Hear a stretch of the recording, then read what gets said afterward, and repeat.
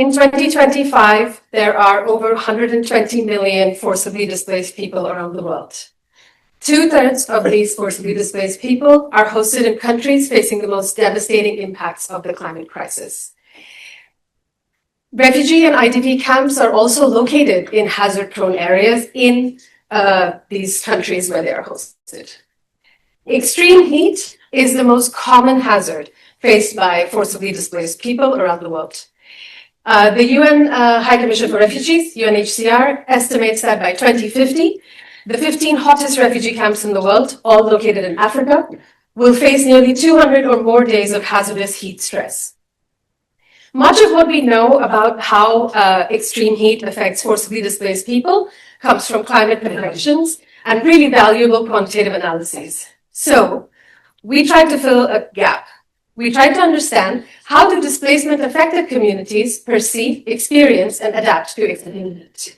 When I say displacement-affected communities, I mean refugees, returnees, and internally displaced people, as well as the host communities or places where they live.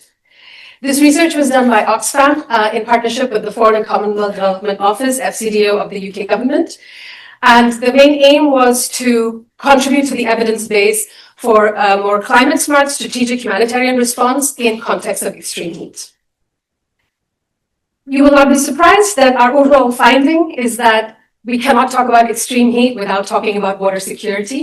We cannot divorce these two. So I hope you'll let me make my case. For this study, we did on-site research in Bangladesh and South Sudan. In Bangladesh, we collected data in Cox's Bazar on the southeastern side of Bangladesh. We also collected data in Shakira district in southwestern side. These are both coastal areas. There is not a forced displacement context in Shakira, but we did collect some data there. And we collected data in South Sudan in Renk County, which is in Upper Nile State. It's the northernmost county of South Sudan, and it borders Blue Nile, White Nile, and Sennar states in Sudan. And in both countries, we spoke to displacement-affected communities, humanitarian practitioners, and local government officials. To set the context a little bit, in case you do not know these areas, Cox's Bazar is ordinarily or most commonly referred to as the world's largest refugee camp. And it's home to 1 million Rohingya refugees and 3 million Bangladeshi host communities. When the Rohingya refugees first arrived in the 1990s, shallow tube wells were built to cater for their water needs. But in 2017, there was a larger arrival of Rohingya refugees, which overwhelmed the existing infrastructure. So by one estimate, by mid-2023, the camps alone required 22 million liters of water per day. In this area, people also depend on resource-dependent livelihoods like fishing, agriculture, aquaculture, in addition to other businesses and trades. In Renk, we collected data in Jerbana, which was an informal settlement of host communities as well as refugees and returnees from Sudan. Jerbana is located on the border of Sudan, and at the time, you might know that there is an ongoing war in Sudan since 2023, and 1 million people have crossed the border into South Sudan, and 2/3 of them have come through Renk. The main transit center for refugees and returnees is based in Renk town, but Jerbana was an informal area where people were living and sort of making decisions about their next movement. At the time of research, there was only some water provision and some non-food item distribution, and the main transit center was in Renk. So how does extreme heat affect water availability in displacement contexts? In Jerbana, people tend to rely on these open earth dams called hafirs. And this is a picture of a hafir. In the research area, there are about 3 hafirs. Only one of them still had water. In an ordinary year, people say that they are able to get as much water as they can. I mean, obviously it's not enough, but in a year where there was a large number of people arriving from Sudan, obviously there was a large population pressure on these earth dams, on these hafirs. People would fill water into those donkey carts that you can see, for household use as well as for sale. So one of these barrels that are attached to the donkey carts can cost up to 16,000 South Sudanese pounds, which is about 4 pounds sterling, which is obviously a big expense for families. And in Bangladesh as well, in Rohingya camps, we heard of people having to pay for water because of the stress on water availability and the dropping groundwater table in Cox's Bazar. You may or may not know that there's something called the Sphere Standard, which sets out the guidelines for how humanitarian response should be led. And the Sphere Standard recommends a common target of 15 liters per person per day of water. And obviously, this is highly unrealistic in these contexts with high water insecurity. Organizations that do water trucking, so taking water to these areas, also have a large, this is a very large expense. It's $18,000 a month, for example, to take water to these areas. And there are only about 40,000 liters of water a day that can be provided. So this is the number dump, but it's a very expensive undertaking and it's never enough water. How does extreme heat affect water quality? We also saw, I don't know how to go back. Oh yeah. So we also saw in these hafirs that people as well as animals were using the same water sources. So obviously that's a source of contamination. But also in Bangladesh, in coastal areas, there's saltwater intrusion or salinity intrusion. So water has become more saline. People reported an unpleasant taste, an unpleasant color. We know also from research that there is arsenic contamination, manganese contamination, and all of these have impacts on neurotoxicity in children, for instance. So in extreme heat, people reported that there is bad water quality as well. So it goes without saying that worsening water availability and quality have great impact on health, human health, especially where sanitation infrastructure is inadequate. This is a picture of people waiting to fill their water in Gerbana, and you can see there's high demand for water and not enough supply.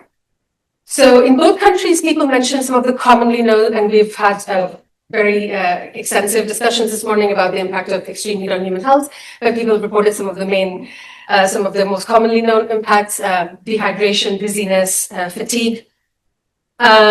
People in South Sudan also mentioned that cholera outbreaks are more likely during extreme heat. In fact, there was a cholera outbreak at the time of this research. In Bangladesh, people reported higher incidence of dengue, and epidemiologists in the room can talk more about this, but there is some evidence linking heat and dengue, although this evidence remains limited, as I understand. And in Bangladesh, people also reported a rise in skin-related conditions during extreme heat, and this is only made worse by bathing in saline or turbid water. Oh, sorry. Okay. On the left is Cox's Bazar, and on the right is Gerbana in South Sudan. So heat-adapted shelters are very much a work in progress within the humanitarian system. There's a lot more progress in winterization of shelters, so how to make shelters adapted to cold weather, but not so much on summerization. So in Rohingya camps, people use plastic and tarpaulin, and the other thing to remember is that this is a protracted displacement context, which means this has been going on since 2017 at the very latest. So the plastic and tarpaulin make the inside temperature feel very high, and obviously there is humidity in Bangladesh, so the indoor temperature, the felt temperature is much higher. In Gerbana, on the other hand, people are using this tukul style, it's called tukul's style architecture, where it's made from locally sourced materials. It's ecologically more sustainable, and they do provide more thermal comfort in these types of shelters.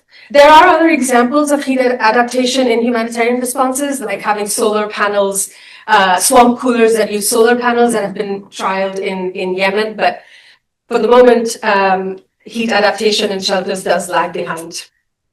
In Gerbana, because it's not a humid area, people were not complaining so much about indoor temperature. In the Renk Transit Center, as I had mentioned, where the refugees were, where they were using more plastic and tarpaulin, humanitarian partners were looking at how can we make shelters more adapted to adapted to the heat, sorry. So some of the things that they were trialing were trying to raise the roof of the shelter for more air circulation and for descending the cool air. So there were things in process, but overall, this is something that we don't know yet, or we haven't worked on very much yet. Displacement affected communities in Bangladesh and South Sudan have their own ways of dealing with extreme heat. In Cox's Bazar and Shatira, people do rainwater purification and storage. They use communal ponds. They cool their homes using locally sourced leaf materials, and they adjust their daily routines to avoid peak heat. In Jarana, people cover jerry cans or cans in which water is transported to keep cool. They use trees and community shelters like the one down here to keep cool during the hottest part of the day. They wrap children in wet cloth, and they also use mobility as an adaptation. So when it gets too hot and if water is decreasing in a particular water source, they will move with the families. And this is particularly true of women and children who will move. One thing I'm very sorry I forgot to mention is displacement affected communities think that children are the most vulnerable to extreme heat. Much of the focus was on how to make children more adapted or more robust to extreme heat. And for Sudanese refugees, they also believed that people with diabetes and cardiovascular disease are most susceptible to extreme heat. I do apologize for skipping that little detail. So what does this mean for humanitarian actors in these locations? In both areas, in both countries, humanitarian actors, of course, understand the value of knowing about heat and incorporating it in their operations and in their responses. In Bangladesh, there, of course, there are heat wave guidelines, heat adaptation plans. But in South Sudan, this is not the case. South Sudan has ongoing insecurity that keeps humanitarian partners from working on very much else. And flooding is probably the main hazard that they are all focused on all the time because of the large devastating impact of flooding in South Sudan. It's the same case in Bangladesh, actually, in the Rohingya response, even though there is a coordination mechanism in the Rohingya response where heat wave alerts can be issued or have been issued. But most of the focus of the humanitarian actors seem to be on water-related disasters such as floods, landslides, and storms. So what is the key takeaway? Extreme heat is one of the many challenges that displacement affected communities face. From their mouths to hear, it is not the greatest challenge that they face. But that is not to say that this is not a challenge, but that extreme heat has a disproportionately negative impact when it's coupled with water insecurity. So some of the recommendations that we make for humanitarian actors to bring into their programming is, I'm not going to read out all of them, but in terms of shelter, there can be new things around roof shading or having cooling centers. For water, making sure that the water quality is good and testing for cyanobacteria or algae, burying pipes much deeper so the water is cooler, having a different water tank materials. Plastic tends to make it hot, so metal. And for health, coordination with various health actors, using the public health promotion structure to raise awareness about heat waves and telling people about who might be most vulnerable, and perhaps targeted advice where this is possible. This is not always possible in all contexts. So thank you very much for your time.